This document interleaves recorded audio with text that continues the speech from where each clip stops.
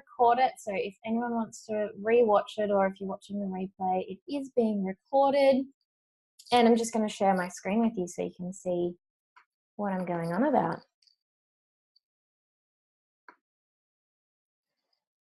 Cool. So hopefully you can see my screen now. I'm going to get started with the webinar because we've got a lot to cover in half an hour.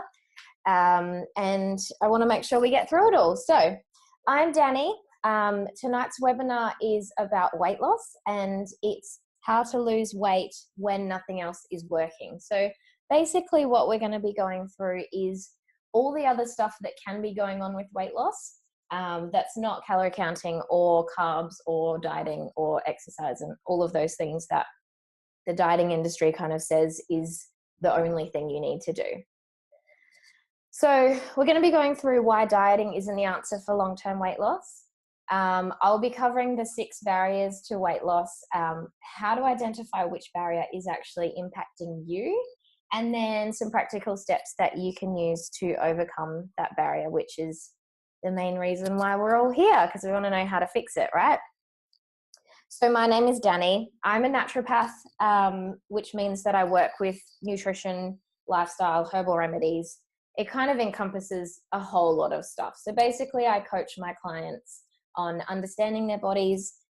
Losing weight is a big part of it, but also just getting more energy levels, getting rid of bloating, feeling better in their bodies. I am a big believer in self-love as well. So I think that's an important part of all my clients' journeys. So no matter what someone comes to see me about, self-love is going to be part of what we're working on. And the reason that I'm so passionate about weight loss is because I've been through my own weight loss journey. So tried all the diets, went up and down with my weight for years. And it wasn't until I started applying these principles that I'll be talking you through tonight that things actually started changing, particularly for the long term. So that's me. I live in Adelaide with my husband. We just got married a couple of months ago. So you might know me as Danny Archer. I'm Danny Illingworth now, which is quite a bit more of a mouthful. And we live with our border collie and 2 cats. And they are the best of friends. So what's wrong with dieting? I have tried many diets in the past, and I'm sure if you're on this call, you have as well. And the bottom line is that there's a lot more to weight loss than just calories and carbs. So have you ever been on a diet that helped you address your emotional eating? Have you ever tried a diet that asked you to check your thyroid function or your iron levels or how healthy your hormones were? So dieting doesn't take into account your individuality.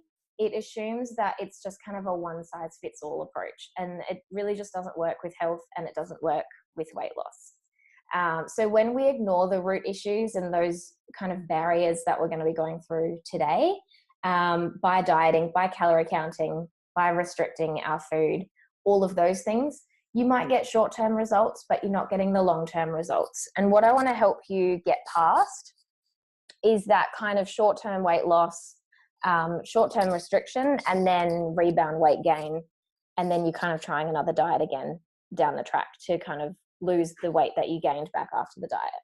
So we want to get you on a really an even level. So lose the weight, keep it off, feel really good, feel really healthy, and get there without struggling, without counting calories or, all of those horrible things that we don't really like to do. So the 6 barriers to weight loss. Basically, from my own journey and working with literally hundreds of women, I've categorized the reasons that we find it difficult to lose weight into these 6 barriers. And I call them barriers because they're literally standing in the way of you and long-term weight loss. At the very least, they're really slowing down that process.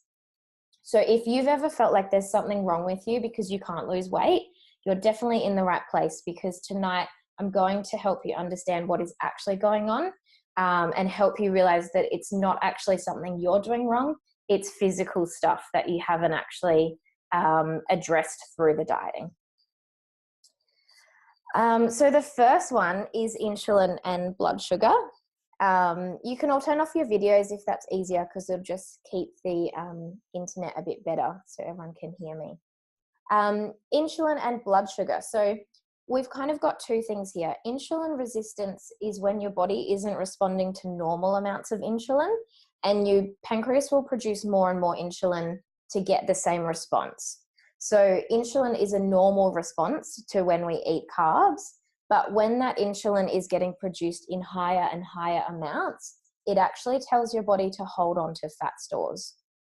So instead of burning up the food that you're eating as energy and using that to get through the day, insulin as a hormone is actually going to tell your body to hold on to all the energy, all the calories that it can, and store that on the body instead of using it as energy. So we really don't want insulin too high, because when there's that hormonal signal in the body to hold on to fat, then that weight's not going to go anywhere.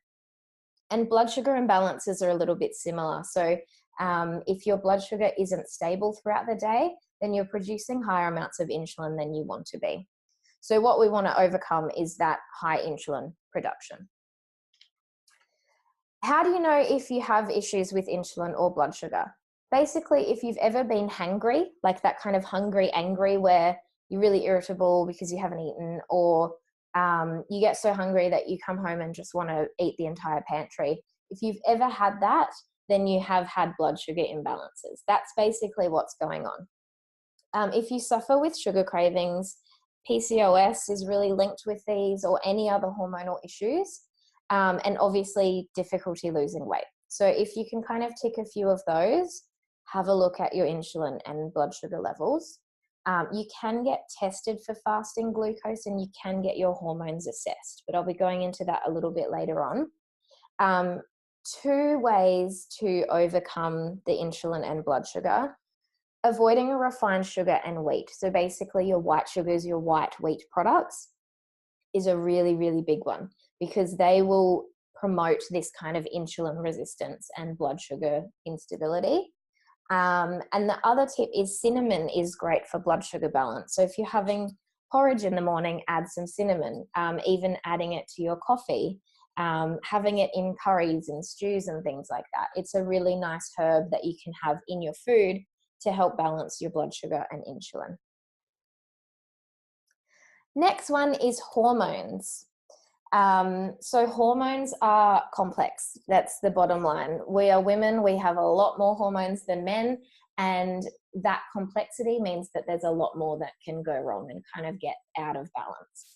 So when we have hormonal imbalances, weight can be the first kind of symptom of that. So difficulty losing weight and really easy to gain weight.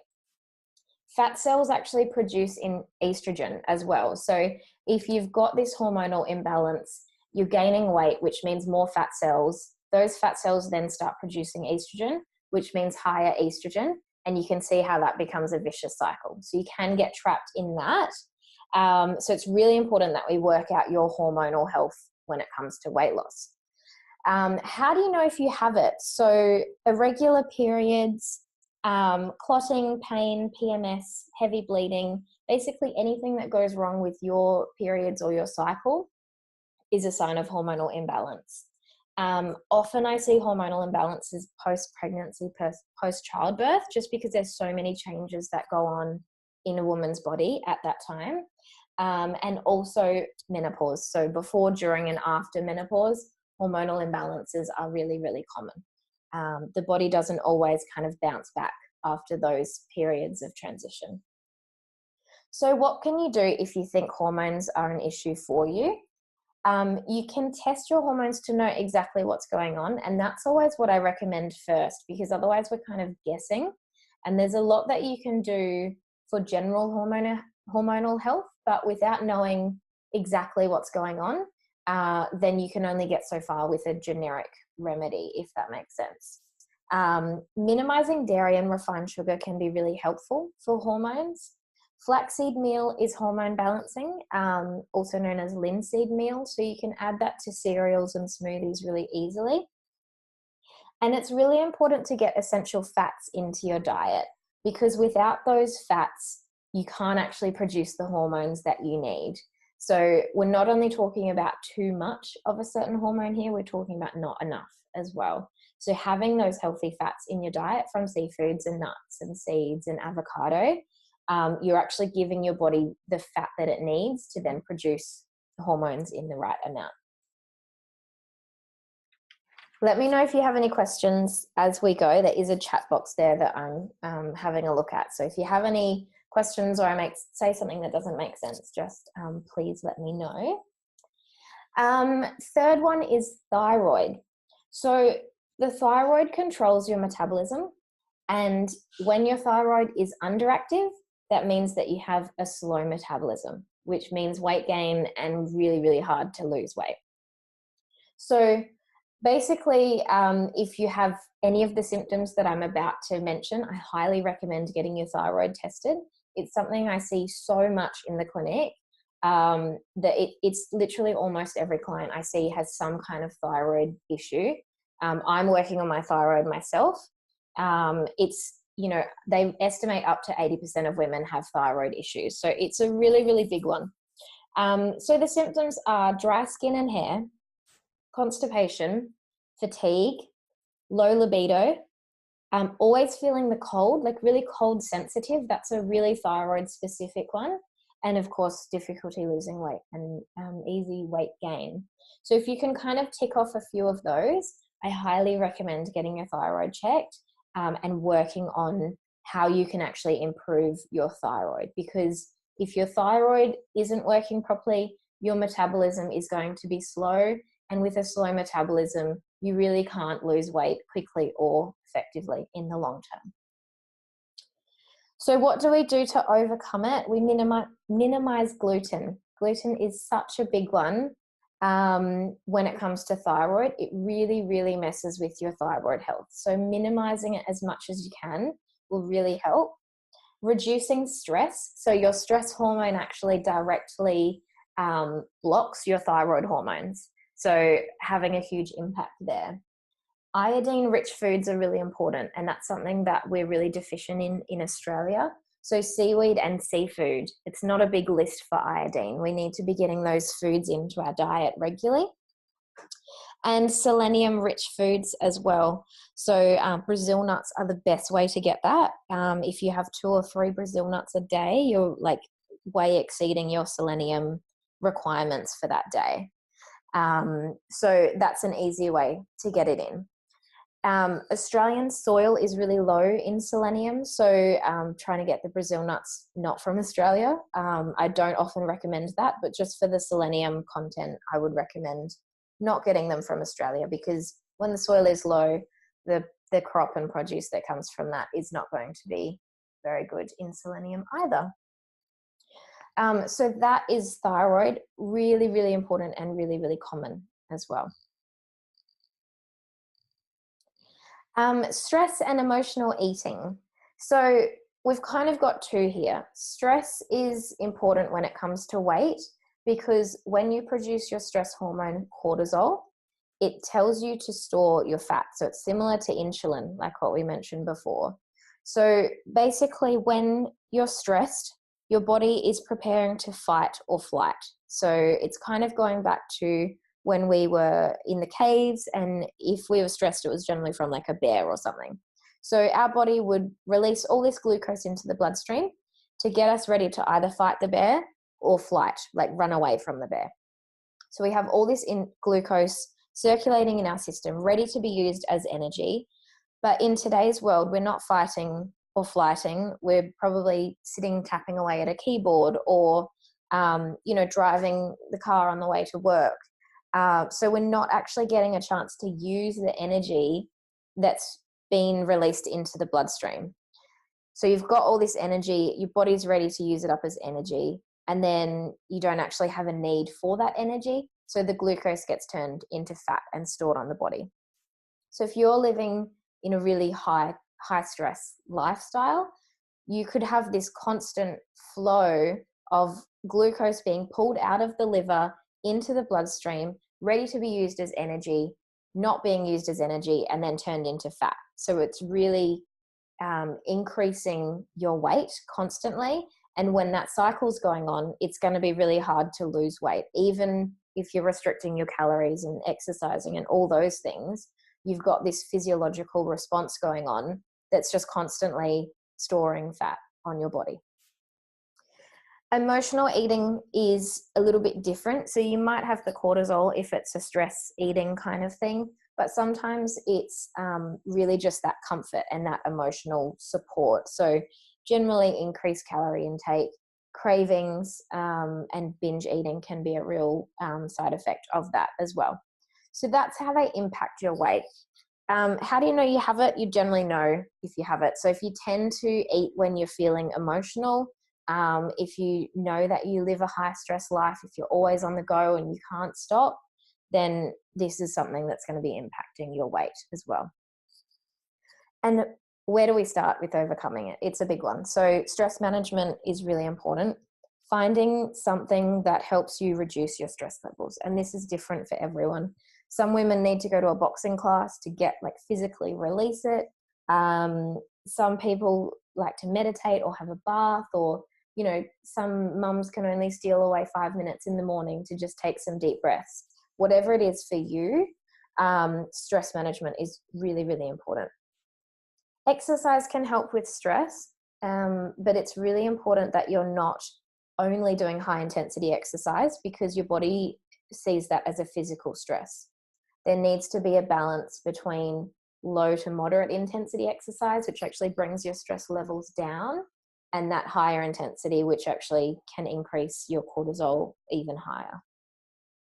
Getting outside is really helpful. So getting outside 20 minutes a day, and it's not about sunshine or weather or anything like that, exercise. It's literally just getting outside for 20 minutes a day lowers your cortisol for the corresponding 24 hours. So that has a really big impact, and it's all about the healing power of nature. It's very, very important. Supporting emotional health is really essential for overcoming emotional eating. There's no quick fix for that. It's really about creating new patterns and habits and behaviors for coping with those emotions, instead of just turning to food as the kind of default. Digestion and food intolerances. So a sluggish digestion means that you're not actually able to excrete the fat that your body is trying to lose. So when we lose weight, we're not actually losing fat cells. The fat cells open up and let the fat out of the fat cell. So when we're going through that process, part of the excretion of that fat, that weight that you're losing, is actually through the bowels. And if you're doing all the right things, the weight is, the fat's coming out of the fat cells, it's getting right down to the bowels, ready to be excreted in your bowel movement, and then you're not moving your bowels regularly enough. The stool that's sitting in that colon, the last bit before it comes out, really getting into details here, that will actually, while it's sitting there, your body will actually reabsorb the fat back into your body. So you've got this whole process. It's everything that you want to happen is happening right down to the end point. And then you're not moving your bowels regularly enough, so the fat is reabsorbed and sent straight back into the fat cells where it was before. So that can really put a stall on things. And food intolerances are really, really a really big cause of fluid retention. And they also cause inflammation at a gut level, which can cause inflammation at a body level. So two things there. Fluid retention can be mistaken for weight. And I've had clients who have lost a ton of weight, get to that last kind of 5 kilos, and it's just not budging. We identify their food intolerances and they start eliminating them, and the weight just drops off. So sometimes that last few kilos can actually be a fluid retention thing, not a true weight thing. So you've got the fluid retention and then the inflammation that comes from food intolerances that encourages your body to hold on to fat as well. So both of them impact your weight. Symptoms, how do you know you have it? Basically anything digestion related. So constipation, diarrhea. If your gas is smelly, it's normal to have gas, but it's not actually meant to smell, which surprises a lot of my clients. So that's a sign that there's digestive stuff going on. if you have reflux, burping, bloating, any kind of stomach discomfort, anything like that, digestion is something that we need to work on. Symptoms of food intolerances can be a little bit wider in range. So any of the digestive symptoms, but also things like headaches, skin issues, so eczema, psoriasis. If you have fatigue, even depression and PMS can be linked to food intolerances. So a lot of things are impacted by the gut. And it's not really a simple solution for treating gut health because everyone is so different and there's different reasons why you might be having issues with your gut. But some basic ones is water. And I know you've all heard that before, but it really is important. If you're not getting enough water, you're not going to be moving your bowels regularly enough. And natural fibers from fruit and veg. So if you're not getting your 2 and 5 every day, chances are you're not getting enough fiber every day. In terms of food intolerances, we really need to identify what you're actually reacting to. And I do have a testing program that covers over 500 food and household items. So that's the best way to test for food intolerances. I can see Jess is on the call and she's done that really successfully. But identifying what you're actually reacting to is the key, because otherwise we're just kind of guessing. And once you remove those foods, you really see a difference with your health. Fermented foods like kimchi, kombucha, sauerkraut, and kefir. I don't know why they all have weird names when they're fermented foods, but any of those are really good for gut health as well, because they're building up your stores of good gut bacteria, which is really, really important for your gut. And the last barrier is your liver and detoxification. So toxins are stored in your fat cells. Do you remember I said on the last slide how when you're losing weight, the fat, you're not actually excreting the fat cell itself, you're opening up the fat cell for the fat to come out. And so the fat cells are actually just shrinking. They're not going anywhere. And what happens when your toxins are stored in your fat cells is if your body doesn't have the detoxification capability to cope with those toxins that are released when the fat is released in the weight loss process, your body will actually stop the weight loss process.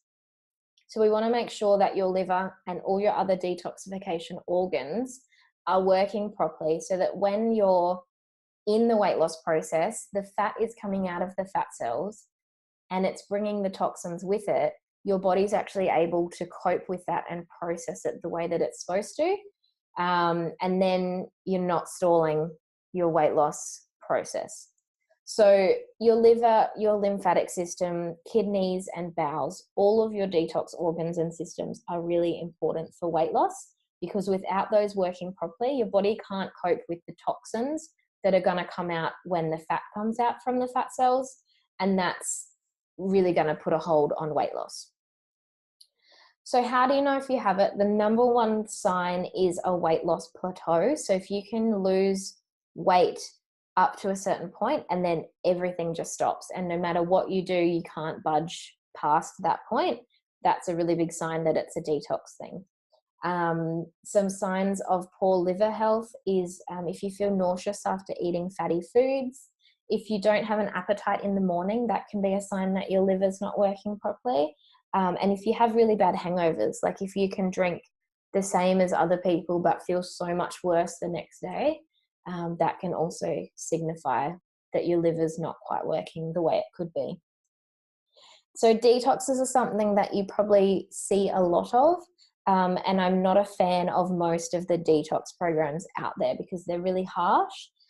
So all of the kind of fasting and cleansing programs, or the detox pills or supplements, a lot of them actually release the toxins too quickly and kind of stimulate things too quickly, and they can do more harm than good.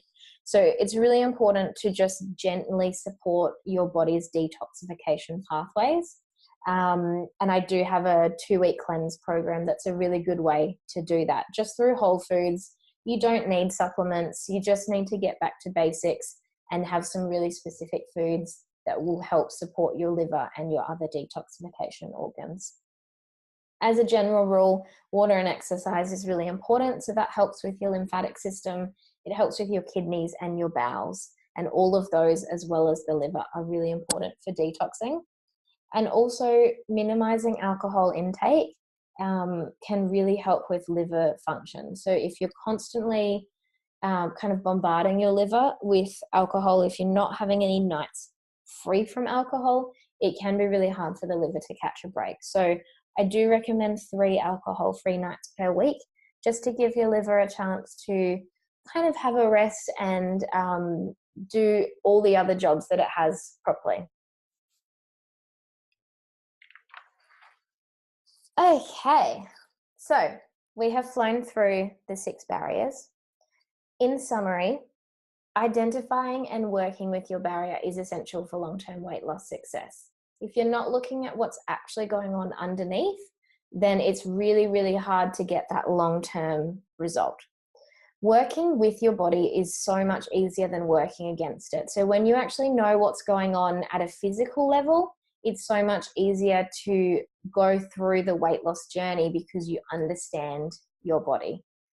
And weight loss is not just about calories and exercise. If you take one thing home from today's webinar, I really hope that it's that. There's so much more going on when it comes to weight loss. And anyone that tells you that it's just about eating less and exercising more probably hasn't had their own weight loss journey, or they just don't get it, because there's so much more that can be impacting you than just what you're eating and how often you're exercising.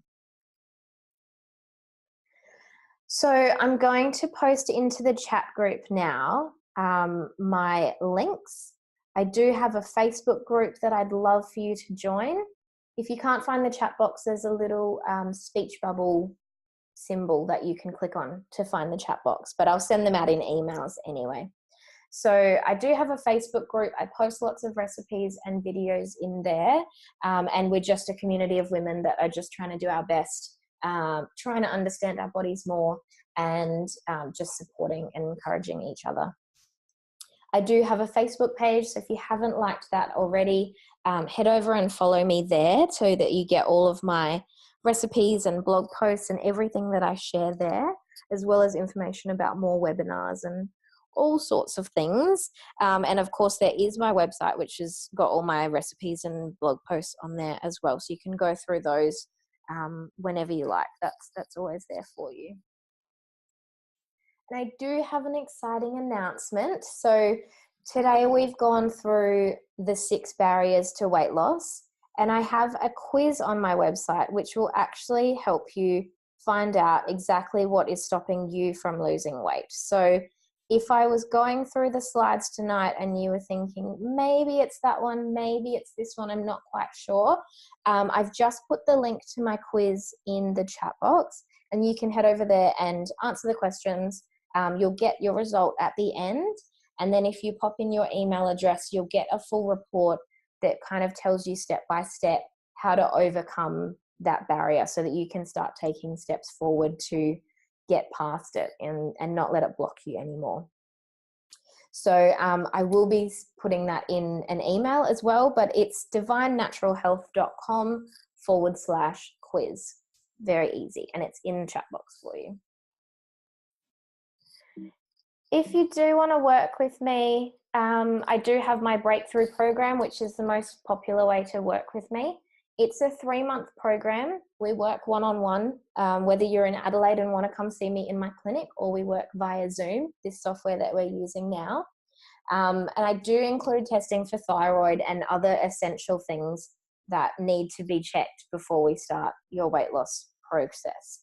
So making sure that those things aren't impacting you from losing weight, we just assess those straight up at the start, find out what's going on, and then we can move forward. So meal plans, nutritional guidance, I'm basically your cheerleader for 3 months. We go through everything that's needed to get you on track, get you losing weight, get you past your barriers, and just get you feeling really, really good.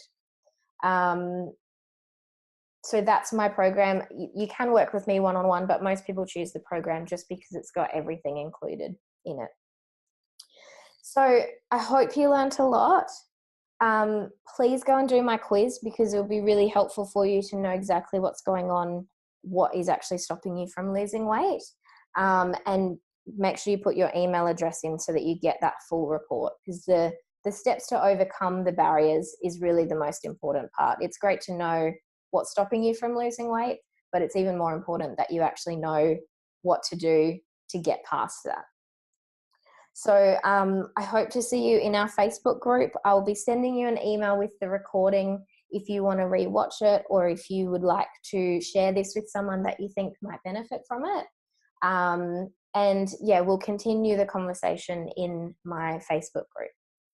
So I hope you've all had a couple of light bulb moments in the session. And yeah, I look forward to seeing you all again really soon.